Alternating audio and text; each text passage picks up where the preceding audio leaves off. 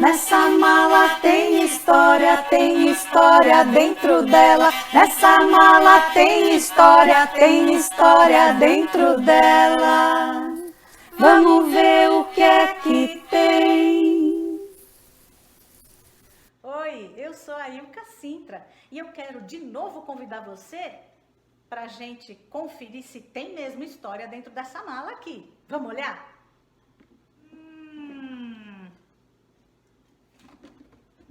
Essa história, eu nem vou dizer o nome agora para vocês. Essa história eu ouvi do Luan Apicá, do meu professor, do Tchembo Ea Luan Apicá. A palavra Tchembo Ea, em Tupi-Guarani, significa aquele que ensina aprendendo e aprende ensinando. Essa história é de quando o tempo não vivia preso dentro da gaiola do calendário ou da gaiola do relógio.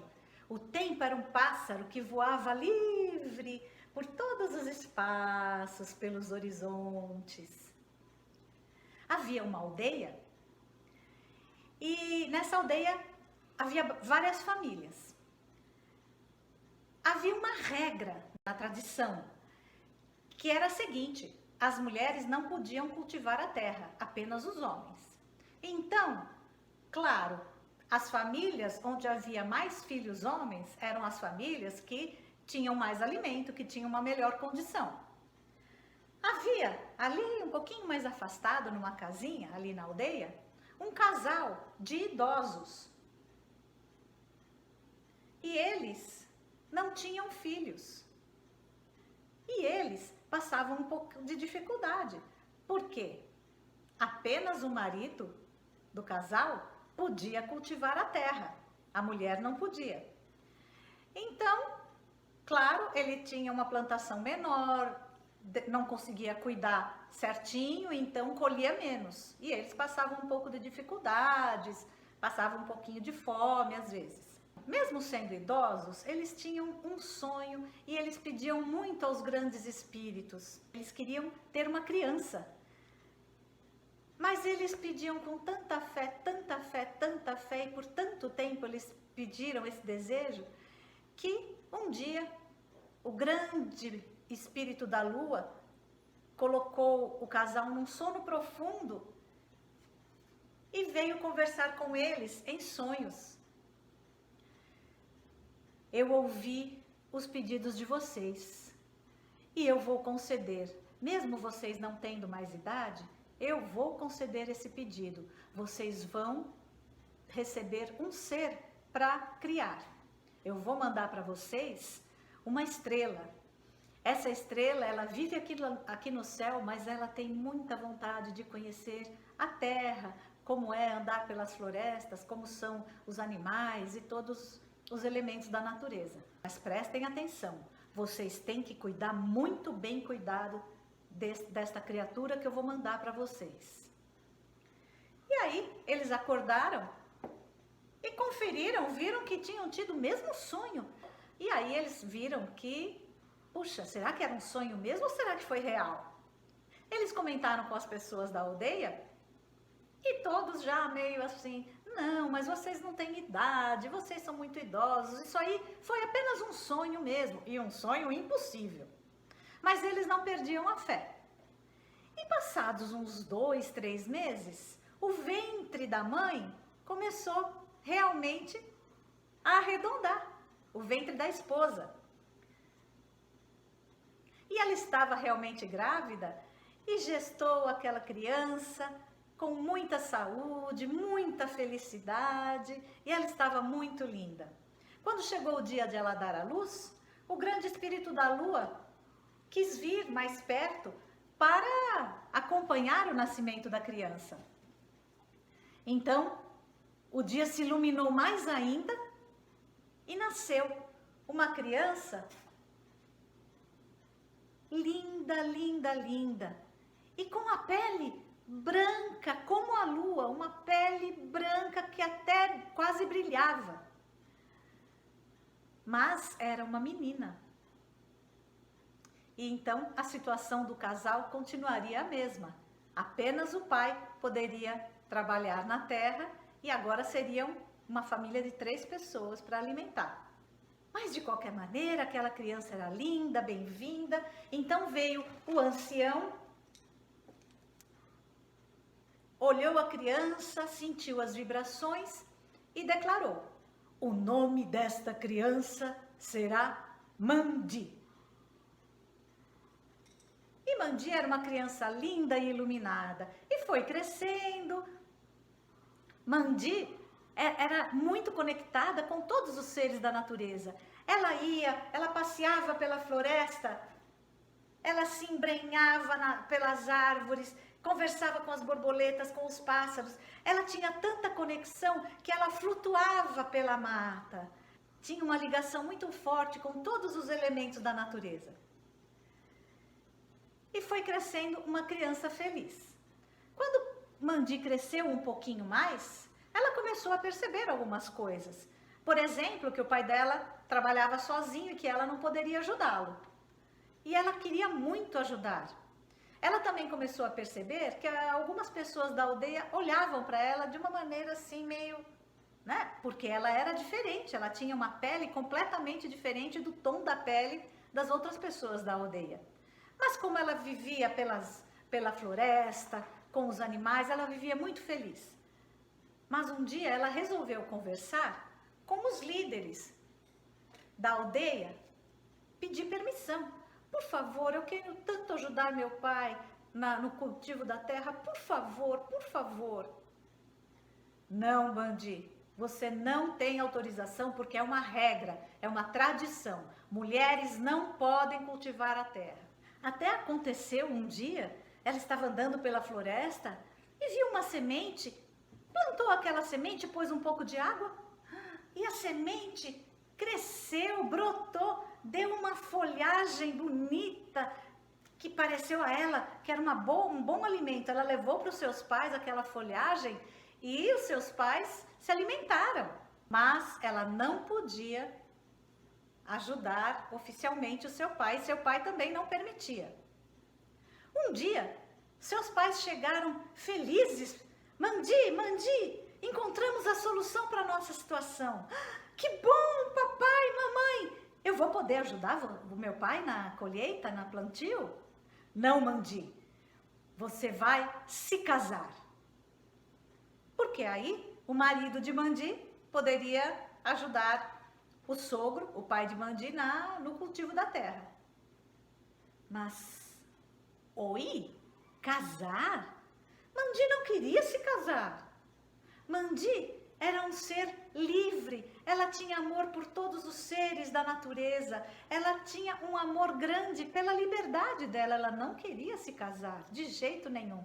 Então ela ficou muito triste, muito, muito, muito triste.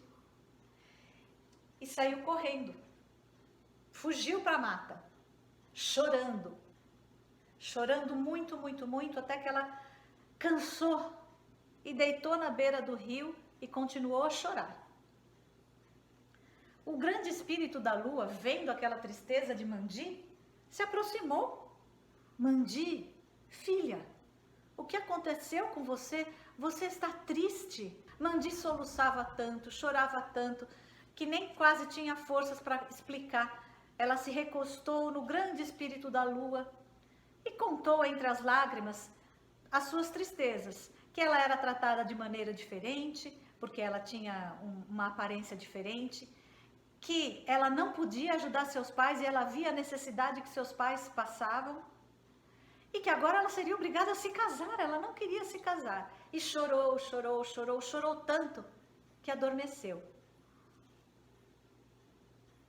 Enquanto isso, lá na aldeia, já haviam se passado 2 dias do sumiço de Mandi e as pessoas foram procurá-la.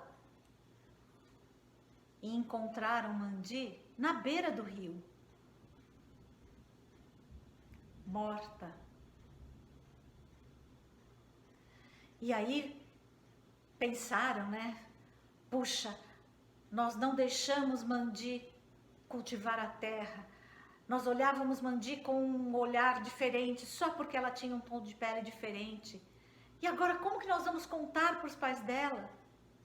Mas enquanto isso, o grande espírito da lua já tinha ido para a casa dos pais de Mandi, junto com o espírito de Mandi. Eu entreguei essa criatura para vocês cuidarem, e vocês não cuidaram. Então, agora eu vou levá-la de volta. Sim, pai, mãe, eu amo muito vocês, mas a minha missão aqui terminou. É hora de eu partir. Os pais ficaram desesperados. Mandi, nós amamos você. Como que você vai nos deixar? Eu também amo muito vocês e vai ser um ato de amor o que eu vou pedir agora, pai. Eu não quero ser enterrada na floresta, como todos os outros. Eu peço que enterrem meu corpo dentro da grande casa da oração. E assim foi feito. O corpo de Mandi foi velado e foi enterrado dentro da grande casa da oração, que tem o nome de Oca. Quando todos foram para suas casas, depois de velarem o corpo de Mandi, os elementos da natureza manifestaram toda a sua tristeza. O grande espírito do sol, Oki, o grande espírito da chuva, o grande espírito da lua e todos os elementos da natureza choraram, se entristeceram e choraram muito. E o choro da natureza era a chuva. Choveu, choveu muito, muito, choveu muito durante 3 dias e 3 noites. Quando a chuva parou, as pessoas foram olhar o que havia acontecido e elas constataram que a grande casa de oração havia desabado. Então eles foram levantando os escombros todos e quando chegaram no lugar onde havia sido enterrado o corpo de Mandi, uma rama havia brotado ali, bonita, viçosa, mas eles resolveram cavar para ver o que havia acontecido com o corpo de Mandi. Quando eles abriram a terra, cavaram a terra no lugar onde estava enterrado o corpo de Mandi, eles acharam apenas uma raiz, a raiz daquela rama. O corpo de Mandi havia sumido. E quando eles levantaram aquela raiz para olhar melhor, ela se partiu e dentro ela era branca, branca, branca como a pele de Mandi. Então, o espírito de Mandi veio conversar com todos da aldeia. Este é o meu presente para que ninguém mais na aldeia passe fome. Essa raiz com suas ramas vai alimentar vocês para que ninguém mais passe necessidade aqui na aldeia. Mas há uma condição. As mulheres é que vão trabalhar na terra e cultivar. E então, a partir daquele momento, as mulheres puderam trabalhar a terra, tiveram a autorização e a tradição foi mudada. E assim, aquele povo da aldeia nunca mais passou fome, porque eles se alimentavam daquele ser que havia nascido no lugar do corpo de Mandi. Era um alimento sagrado. Mas tinham que dar um nome para aquele alimento. Então, o nome do alimento ficou Mandi, porque nasceu do lugar do corpo de Mandi. E como estava dentro da grande casa de oração que se chama Oca, o nome do alimento acabou ficando Mandioca.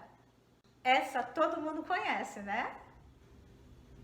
E eu vou ficando por aqui, porque tá me dando uma vontade de comer mandioca. Tchau!